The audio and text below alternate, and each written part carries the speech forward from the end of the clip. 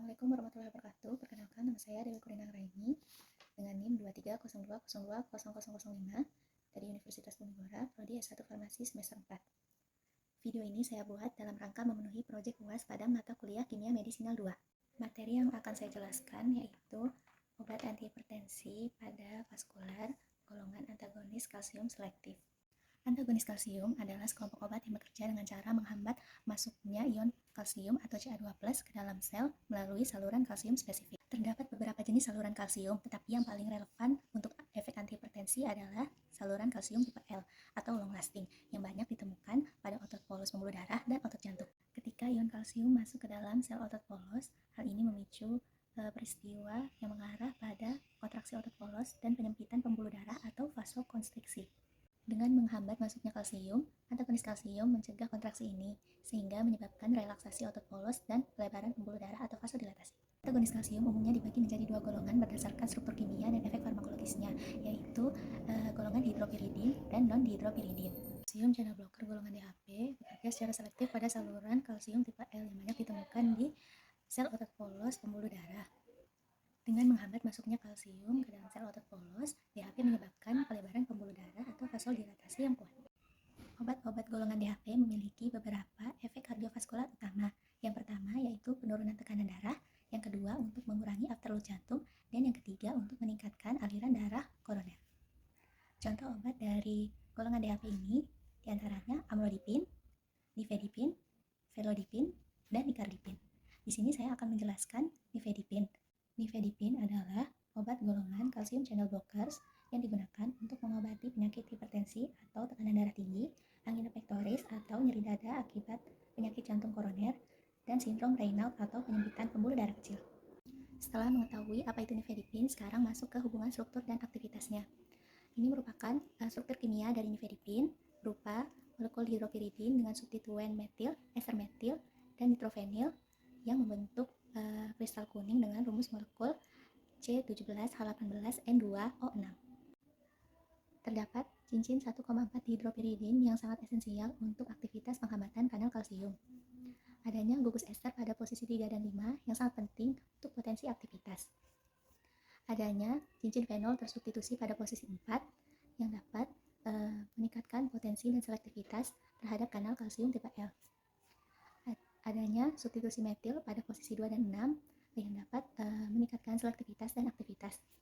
Struktur ini memungkinkan nifedipin dalam menghambat masuknya ion kalsium ke dalam sel otot polos pembuluh darah, menyebabkan vasodilatasi dan penurunan tekanan darah. Kalsium channel blockers tidak hanya bekerja pada saluran kalsium di otot polos pembuluh darah, tetapi juga bekerja pada saluran kalsium di otot jantung, terutama pada nodus SA dan nodus AV. Contoh obat dari golongan non-DHP adalah yang pertama verapamil dari subkelas dipenilalkylamin dan yang kedua diltiazem dari subkelas benzodiazepin. Di sini saya akan menjelaskan satu saja, yaitu verapamil dari subkelas dipenilalkylamin. Verapamil adalah antagonis kalsium golongan non-DHP dari subkelas dipenilalkylamin. Obat ini merupakan salah satu calcium channel blockers pertama yang diperkenalkan dalam terapi. Obat ini bekerja dengan cara menghambat masuknya ion kalsium melalui saluran kalsium tipe L yang terdapat dalam membran sel. Yang membedakan verapamil dari obat golongan DHP adalah afinitasnya yang tinggi terhadap saluran kalsium di jaringan jantung yaitu miokardium dan di sistem konduksi jantung yaitu nodus SA dan AV, selain pada otot polos pembuluh darah. Verapamil memiliki dua cincin benzen yang sangat penting agar obatnya dapat bekerja. Cincin ini dapat diganti dengan cincin lain yang mirip tanpa mengurangi efeknya. Selain itu, gugus amino tersier sangat penting untuk aktivitas obatnya karena permuatan pada pH fisiologis.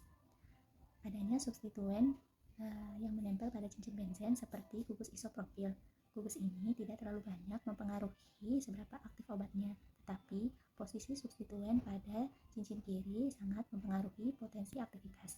Jika substituen berada di posisi meta pada cincin kiri, maka obatnya paling efektif. Tetapi jika berada di posisi para, efeknya malah berkurang karena menghalangi interaksi antara obat dengan targetnya di dalam tubuh. Verapamil memiliki dua bentuk isomer, yaitu bentuk levo, dia lebih efektif dibandingkan dengan bentuk dextro. Verapamil telah lama digunakan untuk mengobati kondisi kardiovaskular seperti hipertensi dan angina. Namun, penelitian terbaru menunjukkan bahwa verapamil memiliki potensi sebagai terapi tambahan untuk penyakit Alzheimer. Penyakit Alzheimer adalah kondisi otak degeneratif yang menyebabkan penurunan progresif dalam sejumlah aspek, mulai dari ingatan, kemampuan berpikir, kemampuan berbicara, dan perilaku.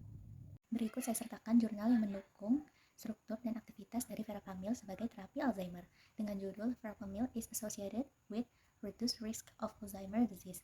Jurnal ini menjelaskan bahwa verapamil memiliki struktur yang cocok dengan situs pengikatan tertentu pada protein septin 7. Kecocokan ini memungkinkan verapamil menempel secara spesifik dan kuat, terutama di bagian penting untuk interaksi antar subunit filamen spesifik. Verapamil memiliki struktur yang cocok dengan situs pengikatan tertentu pada protein septin 7. Kecocokan ini memungkinkan verapamil dapat menempel secara spesifik dan kuat, terutama di bagian penting untuk interaksi antar filamen spesifik. Karena itu, verapamil diduga dapat mempengaruhi pembentukan septin. Perubahan ini berdampak besar pada fungsi neuron, terutama yang berkaitan dengan penyakit Alzheimer.